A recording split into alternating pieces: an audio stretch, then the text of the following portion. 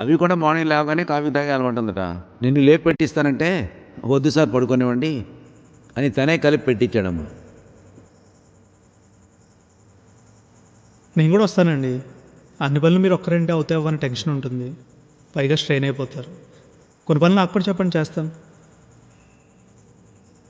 మీకు నచ్చేవి దొరికేదాకా తిరుగుదామండి. మీరు అస్సలు కాంప్రమైజ్ అవ్వద్దు. పదని వెళ్దాం.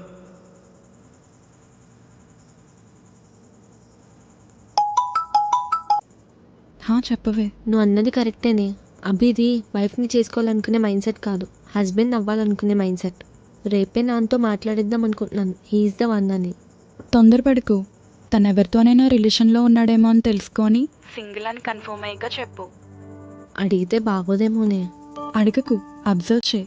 మ్యాక్సిమం తనతో టైం స్పెండ్ చేయడానికి ట్రై చేయి. ఫోన్ మాట్లాడుతున్నప్పుడు ఎక్కడో చోట పేరు పలకడం, చాట్ కనపడడం, ఫోన్ నవ్వుతూ మాట్లాడటం, నవ్వుతూ మెసేజెస్కి రిప్లై ఇవ్వడం లాంటివి జరుగుతాయి. అలా జరిగితే లైట్ తీసుకో, లేదంటే నువ్వు అనుకున్నట్టు మీ డాడీకి చెప్పే. సరే, థ్యాంక్ యూనే. Good night.